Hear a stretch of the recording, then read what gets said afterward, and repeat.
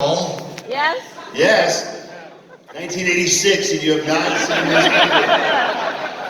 And who are you here with? Okay. Did they suggest to you to come tonight to this movie? Yeah. Have you seen any of the Evil Dead movies? You sort of bounced around. Yeah. The first one, that was enough for you. What's wrong with you? Houston! She saw it with me In Houston. in Houston. Right? So you've seen one of them. What have you been told about this movie you're about to see tonight? Amazing.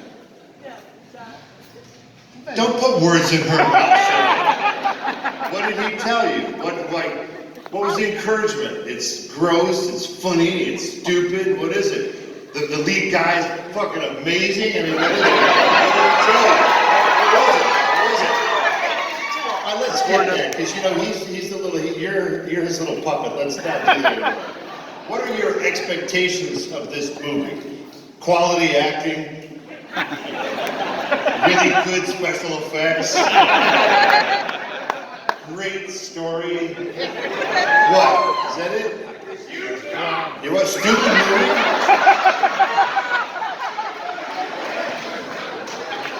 You wanted to come and see a stupid movie.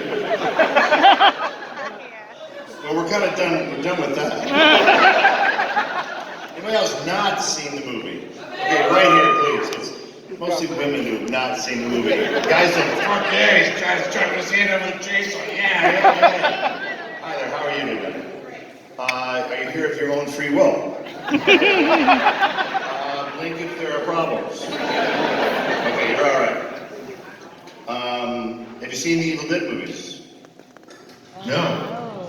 Like, what are movies that you like? Yeah, you know. What did you watch last? Did you watch Hallmark recently? What do you watch? Because I've been in a couple of those. Yeah! And this girl's like, Hallmark, fuck that. I mean, you secretly watch it, I know that you do. Yeah, sorry.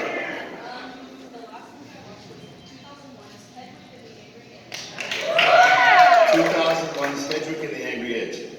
Okay. Would you like horror as a genre? Sure. Okay. So why are you here? Your dad loves me.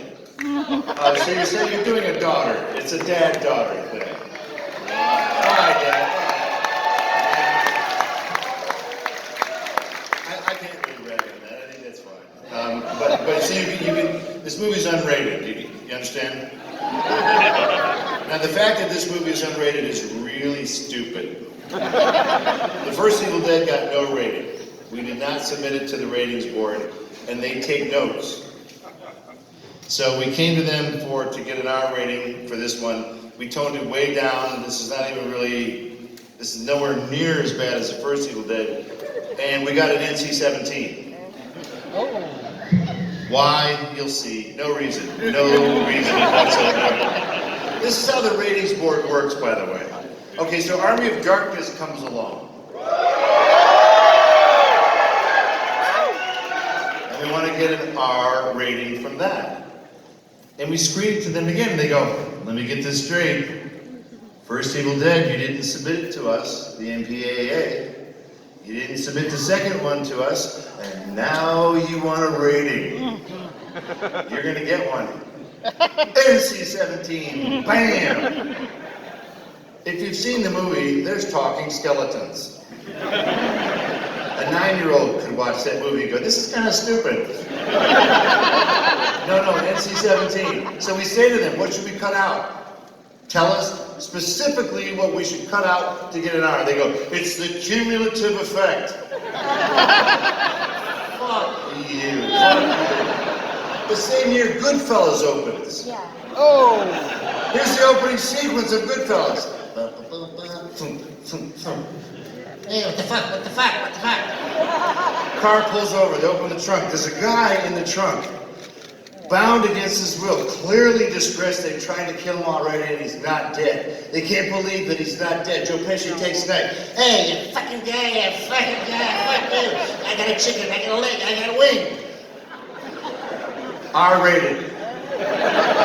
Fuck you, that's torture. That's torture. This is just stupid.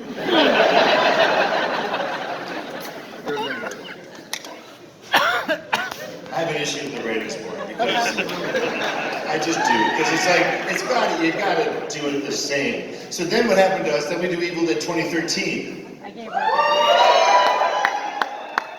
That's a harsh movie. Yeah, that's an R-rated movie because now we were with a studio submitting it to the MPAA. And there's people in the studio go, they call their friend at the MPAA.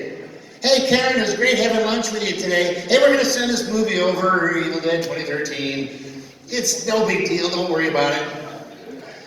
They show the MPAA sort of a version that's a little dimmer.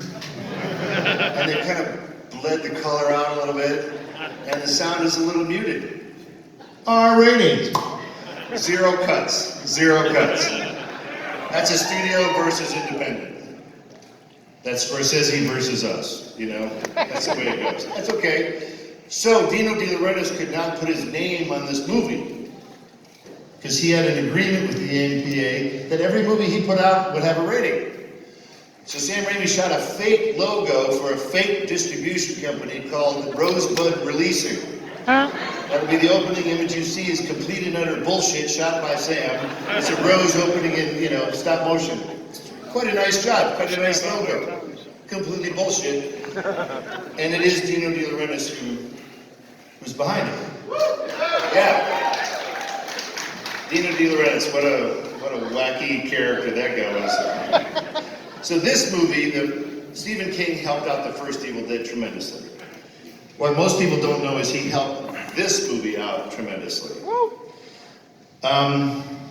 We make Evil Dead. People faint, they barf. Woman was raped by a tree. We thought maybe we shouldn't do that movies like that anymore. Let's make a comedy, and it'll have action and chase, and there'll be a dance sequence. It'll be really fun, no blood. There's a film called Crime Wave, or it's our second movie. Yeah, don't even fake it. Don't even fake it. That film wasn't released; it escaped. Alaska and Kansas. Our careers were dead, officially dead. I got kicked out of the lead part. They recut the movie, they renamed it. We were kind of done. And then Sam Raimi thought one day, hey, you know what? Maybe Ash didn't die at the end of the first Evil Dead. That's it, yeah, that's it. And just so you know, if you cut out all the recaps, the beginning of Evil Dead 2, at the beginning of Army of Darkness, the whole thing would make perfect sense. These stupid recaps where people thought Ash was dumb enough to go back to the cabin with new friends, like you'll see in this one, is because the first movie was made by one company, the second was made by another company, and the third was made by another company, and nobody had the rights to use the footage from either movie. Oh, wow. Which is really dumb. So, do that illegal thing. Download those movies, cut out all the recaps, and watch it as one movie, and watch me age over 12 years. But it'll make perfect sense. So when you watch this recap, just go bullshit, bullshit, bullshit, bullshit, bullshit. Boom, when he gets caught up in this tremendous force, you'll know. Anyway, so we start trying to raise money for Evil Dead 2. We hire a woman to help scheduling and budgeting and stuff, and can't get the money. We have to let her go. She goes to Wilmington, North Carolina, where Stephen King is making maximum overdrive for Dino De Laurentiis. Oh. And she shows up on set. She gets hired on that shoot. And Stephen King's talking to her because he's the director on the set. And, hey, what have you been up to? Well, I was trying to help these guys make Evil Dead 2, but they can't get the money. Stephen King goes, they can't get the money. Evil Dead was great. Let me call Dino. We had a deal about 2 weeks later. Yeah, this was sort of the happy Evil Dead experience. The first Evil Dead was a fucking nightmare that we didn't know until about 8 movies later that that's not how you make a movie. Army of Darkness was a complete and utter shit show. And Evil Dead 2, we were in profit before we even made the movie. Nice. It was the first Evil Dead had sold so well overseas. Dino De Laurentiis sold it for a shit ton before we even started. So this is the happy story of the Evil Dead movies. It was filmed in 1986 in Wadesboro, North Carolina, at the J.R. Faison High School, which was abandoned. And the trick is, if you're a low-budget filmmaker, an abandoned high school makes a great studio. You shoot in the gymnasium, big open area, build your sets there. The library was our production office. We opened up the cafeteria again, got everything cooking again. The science lab is where the effects guys did all their crap. It's perfect for them. Each actor got a classroom for their green room. It was very handy, and we got it for $500 a month. What? Yeah, but I had to give something to every one of the school board guys, the 6 white dudes who were like, yeah, what do you got for me, Mr. Campbell? Name's Freddie, Mr. Campbell. I do contractor. You need a big access door in that gym, don't you? Why don't you call me? I think I can take care of you. So I went down the line and gave every guy money. So they could charge us $500 a month. They didn't care about that money. They wanted a little something else. I learned a lot about how things work that day. But it was so it was a very reasonable shoot, very hot, middle of the summer, and the locals. It was so hot the locals were apologizing that it was so hot. Oh, it's not normal. It's bad. Like North Carolina in the summer, bullshit. It is that bad. The guy who had it worse was Sam's brother Ted. The original woman who played the part was an older actress, and then she gets possessed, and Sam didn't want to put her through that. He goes, I'll put my little brother through that instead, because he wants to get into the Screen Actors Guild. So Ted got dressed in 5 hours of makeup every day. And it's hot as hell. We're on a 2-story set, and we're in the upper story where all the heat goes, in a non-air-conditioned gymnasium. Ted's now in a harness, so they can hoist him up in the air. He's already doing 5 hours in a suit, got the contact lenses in, and now he's hoisted above this actress, grabbing her hair, and they're spinning him in circles, as fast as they can. And as he goes, he's spattering the crew with sweat every time he goes around. The guy who was spinning him, man, I pity that guy. And there's a shot in the movie, I won't spoil it for anyone who has not seen the movie. At one point, Ted, as a possessed creature, turns to the camera and goes, ah! And we have to cut it because a stream of sweat goes and spits out and just pours onto the floor from his head. We almost barfed when we saw the footage. We're like, okay, that's too horrible for this movie. We can't put it in a movie. And the effects guys were the guys who eventually went on to do The Walking Dead. They formed the K&B effects group after this movie. And they were little pranksters. They videotaped everything. So at the end of the day, they'd take Ted out of the suit, but he wore monster booties. He slipped them on. And at the end of every shooting, they would take his booties off really carefully. They didn't want to spill the sweat that had accumulated, because they had a row of Dixie cups up on the counter. And every day they pour it into a Dixie cup to see how much Ted had sweat each day. Some this much, that much. One day it was like overflowing. It's like, oh my God. It was kind of that kind of a shoot. People got hurt. It's very physical. I was doing a scene where I spent a lot of time alone in the cabin in this movie. And Dino De Laurentiis was like, you can't have one actor alone in a movie for a half an hour. Bullshit, you lying whore. But we're shooting a scene where I'm alone being tortured, so I'm kind of screaming all day. And up in the rafters of our set, I hear a guy going, oh, fucking asshole, I'm working my ass off here, and he's mocking me. Sorry. He wasn't mocking me, he was being electrocuted. He's up there, he's on a power, junction box. Another crew member had to kick him off of the box. So I forgave him. But he wasn't done. A week later, we were having a crew party. He got liquored up on something, hopped on the ATV, which is always a great idea. Flipped it over, broke his collarbone, and had to leave the production. So that's all right. He's selling insurance in Wadesboro now. Very happy guy.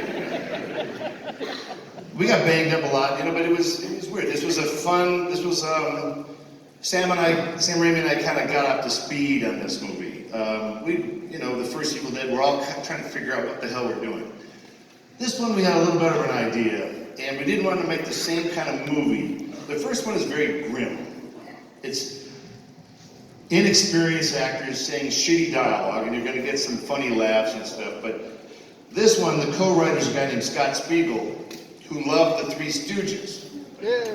So any influence you see of Three Stooges, and there's a couple in here, it's Scott Spiegel. Sam Raimi and Scott Spiegel, we rented an office for them. We were working in Ferndale, Michigan, suburban Detroit. And these guys are writing a movie, right? Writing a horror movie, mind you. These guys are cackling all day long at the end of the hallway. We're like, are they writing a fucking horror movie? What are they doing down there? It's sort of developed into what we call splatstick. It's like horror and comedy, which doesn't always go together. But we thought, let's try. This movie's way more fantastical, way more kind of ridiculous and over the top. But that was the fun of it. And I got to know that Sam, I could tell by the way he said the word cut, whether he liked what you were doing or not. If he went, cut, you were fucked. You're gonna do it over and over and over again. If he went, cut it now! For some reason that meant he was really happy with it. He's kind of a weirdo and very demanding. Sequence in the movie, Ash cuts his possessed hand off. It's running around as it does. You shoot at it like you would. And Sam wanted him to shoot some holes in the wall and then look at it, and out of the hole in the wall, he wanted a geyser of blood to hit me directly in the face. We tried it mechanically. Had a great guy who did all kinds of pumps, water pumps. You'd hear, then the blood would sort of come out and go like this. And Sam was like, no, cut. So the way to do it is they put me on my back. So turn your head this way, because you're the camera. You turn the camera, turn me, now I look like I'm standing up, right? He put a 55-gallon drum of blood right above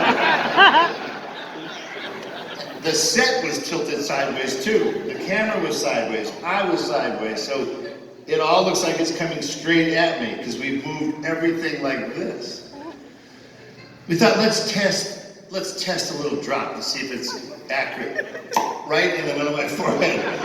Sam goes, okay, let's get ready to shoot. I go, hey, so how long is this gonna last? And Sam, he's like, ask the effects guy, okay, yeah, how long is this gonna last? 55 gallons worth. And Sam goes, okay, if you're drowning, wave your arms. I'm like, that's what I'm supposed to do anyway. He goes, just do it. We're shooting this. Pull the plug. It's spectacular. You'll see it in the movie. It works fantastically. Next 2 weeks, I'm blowing black shit out my nose. I don't even know what it is. Mucus mixed with future death. I don't know what it is. I've ingested so many toxins. I won't be here next year, but it's really been great. People have been great. It was almost worth it. Anybody have any questions about a movie, this crazy movie, or actually anything else you want to ask? We don't have to limit it. Yes? The lead actress in the show became Mrs. Cassie DePaiva, Blair on One Life to Live. What was she like on set? Cassie. She was Cassie Wesley at the time. A very sweet Southern girl. Very, very sweet, still is. Oh. And we didn't really know why she wanted to be in a horror movie. But that's all right, yeah. I'm just wondering, is it weird for you still to see your face on people's shirts? Is it weird to see my face on your shirt? My dad was in advertising in Detroit for 35 years. He considers a tattoo a walking billboard. A guy came up at a book signing one time and he threw a picture down, and it was the poster from Army of Darkness. But it looked a little off. I go, why does this look so weird? He goes, that's a photo of the tattoo on my back. I went, bullshit. So he goes, pulls it off, turns around. His entire back is the poster of Army of Darkness. Anybody who has ink here knows that's a lot of ink. And it's a great walking billboard. I have no problem with that. Yes? Nice. Michigan or Michigan State? Michigan to Michigan State. My dad went to Michigan. My mother went to Michigan State. I didn't really go anywhere, so I don't give a shit about those two.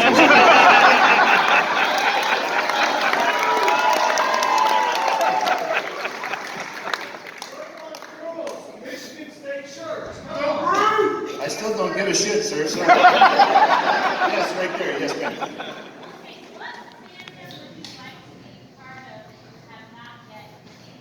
What fandom would I like to be part of, which I've not yet been able to? Nerd shit. I met William Shatner. I did watch Star Trek religiously.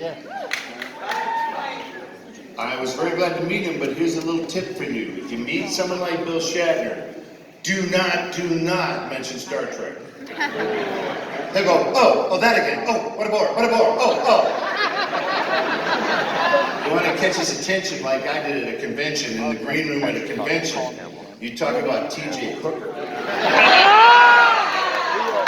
Because nobody asked Bill Shatner about T.J. Hooker.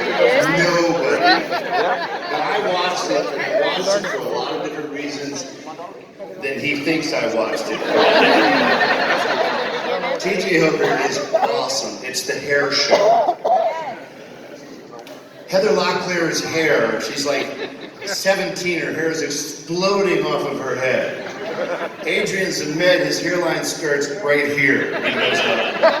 And James Darren used to have hair, and now, man, it's smoke and mirrors. He's fighting it and fighting it. And Shatner's like, fuck it, put the raccoon on my head. And in HD, you go, some seasons he had pretty good, some seasons he used like Zambo the tent maker. I don't know what he was thinking. But in the show, he always pulled up hot to the crime scene. And they keep filming, and William Shatner would get out. And I mentioned that to him. I nicknamed it the Shatner Power Slide. And so that was the first thing out of my mouth, Mr. Shatner. I just want you to know, you were amazing in that show, but I can't even remember the name of it. And I asked him about the power slide. His eyes lit up, and that's when you know you have him. He goes, the producers, they didn't want me to do that. They said it was dangerous. So what did I do? I got with the stunt guys. And they feathered the emergency brake so it wouldn't stick. It's a 4-part maneuver. So if you want to do this, pull up to a bar, like a Shatner power slide. Foot off the gas, emergency brake, steer, because you can still steer while the emergency brake is on. When you finally want to stop, that's the only time you hit the actual brake. It's a 4-part maneuver. Mention that to him, we talk. What's cool about that show also is that you can tell which tape they use when they're doing car chases. If there's 2 sets of tire marks coming around the corner, because you can't clean that shit up. It's not gonna happen. If there's 2 of them, and then the car comes around, they use take 3. If there's no marks, and the car comes around and lays rubber, you go, shit, they used the first take. They got it the first time. That doesn't really matter, but anyway, we're shooting Ash vs. Evil Dead now, just after I meet him, and Sam wants me to do the Shatner Power Slide, up to the bar. And I asked them, we were shooting in New Zealand, I asked the Kiwi stunt guys, is this a 4-part maneuver? They go, oh yeah, it's about right, yeah. So I I did it. Camera kept rolling. I got out. And the next year, I got a Saturn Award for that show. And Shatner was in the audience.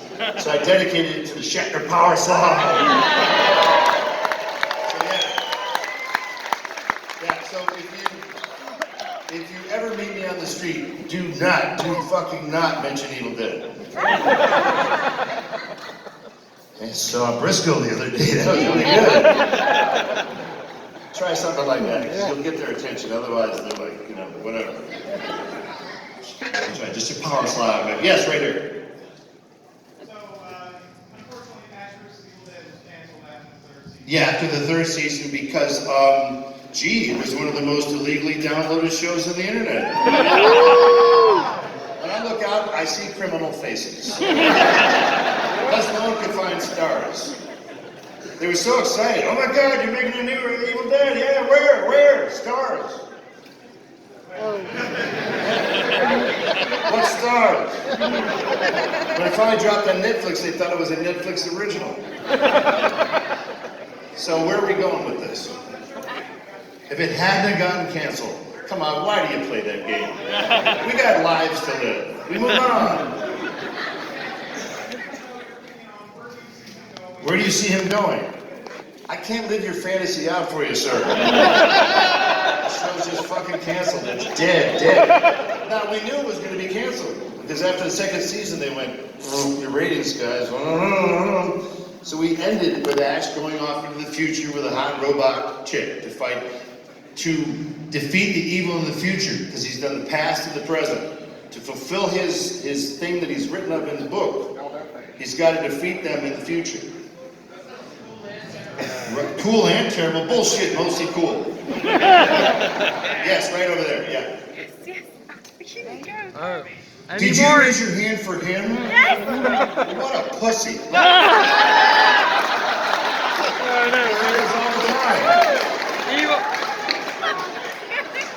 I hope it's a good question. Any more? Did you make up your own question? Yeah, I got one. Oh man, you're way ahead of yourself. Any more? We'll get back to you in an hour.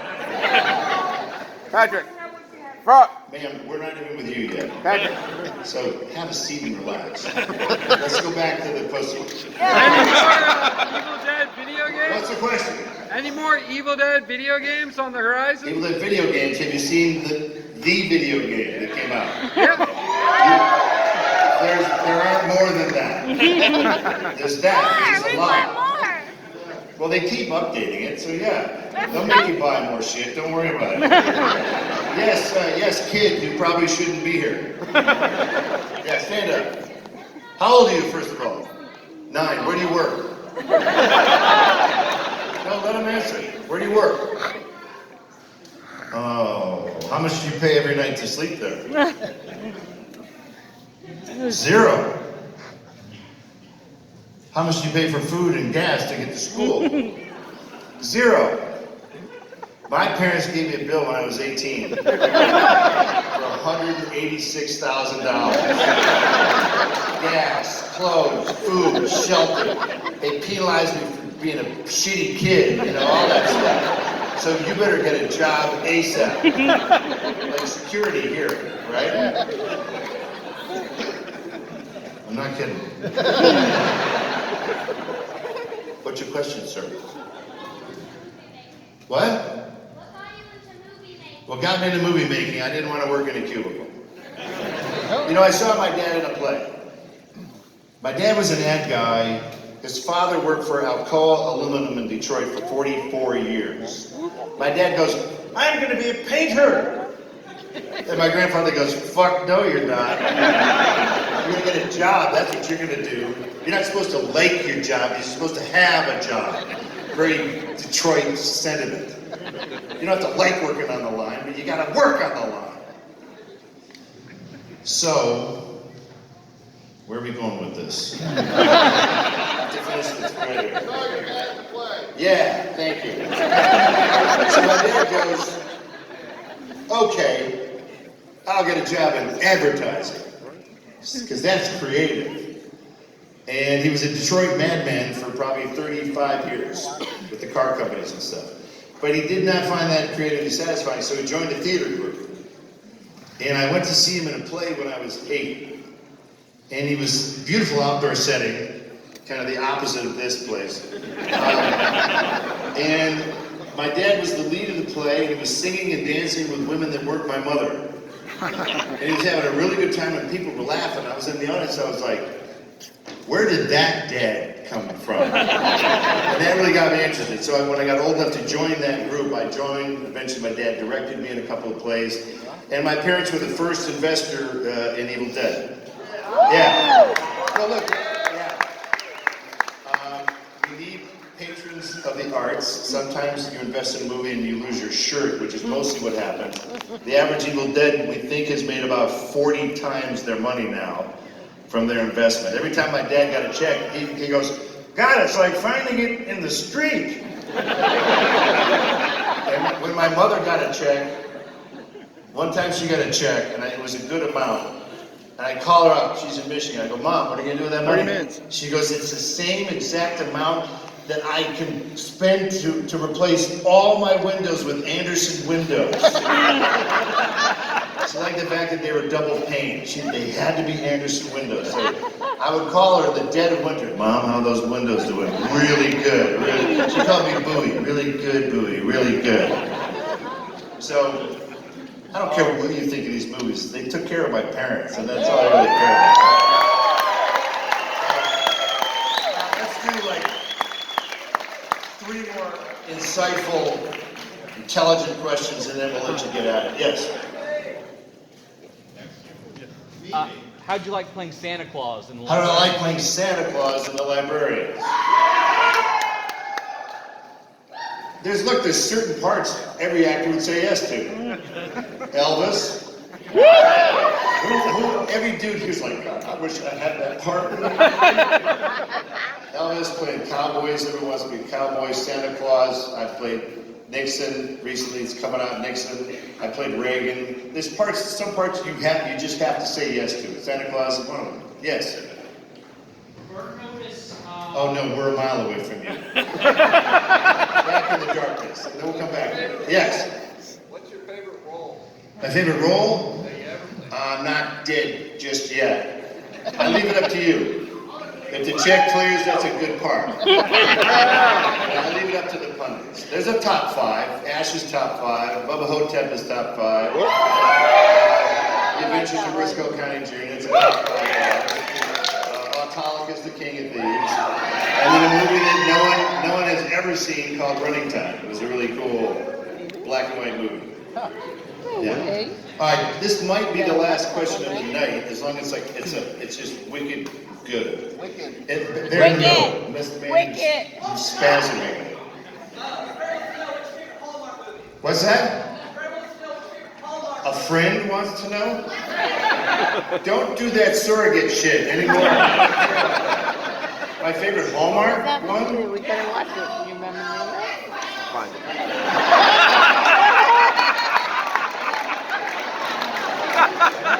I'm sorry, sir. Ma'am, you've been overruled. Okay, let's have it. Last question. How do you like Kevin Sorbo's show? You guys have any out? Kevin Sorbo.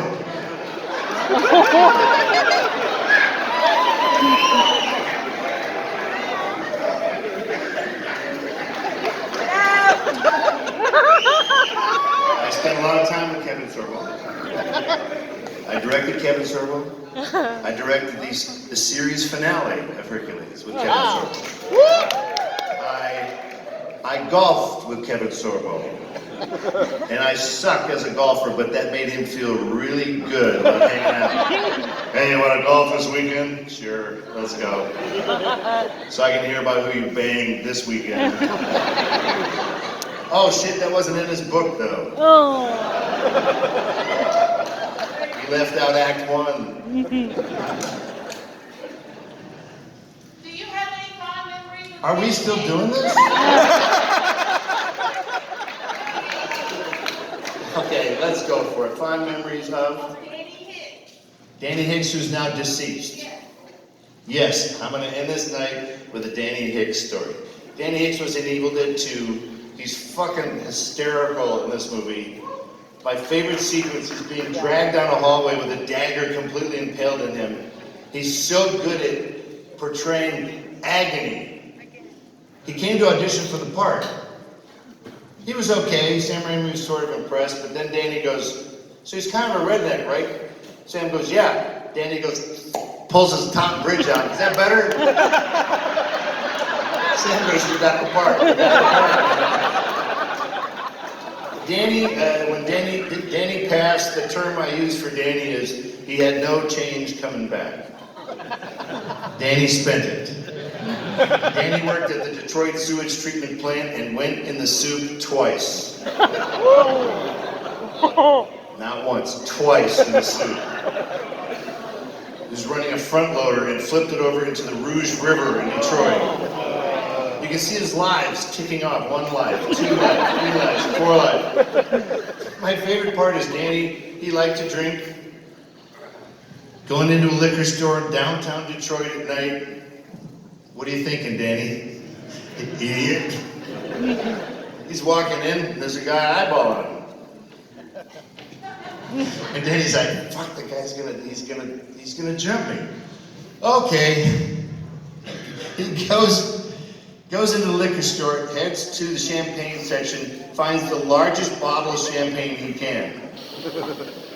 Pays for it, walks out, grabbing it like a club. Sure enough, guy's coming at him. They swing at the same time. Danny clocks the guy out cold. And then he goes, ah, fuck. Oh, he stabbed me. And his day went from there. He walked into the doctor's office, they x-rayed his neck. The doctor goes, how did you walk in here? He had a date to one of his weddings.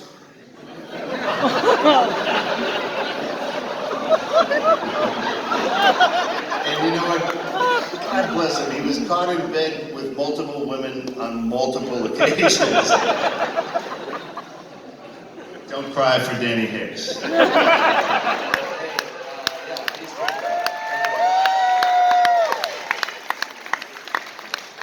Thank you for coming. I was going to say if you don't support this place, they'll tear it down, but that's impossible.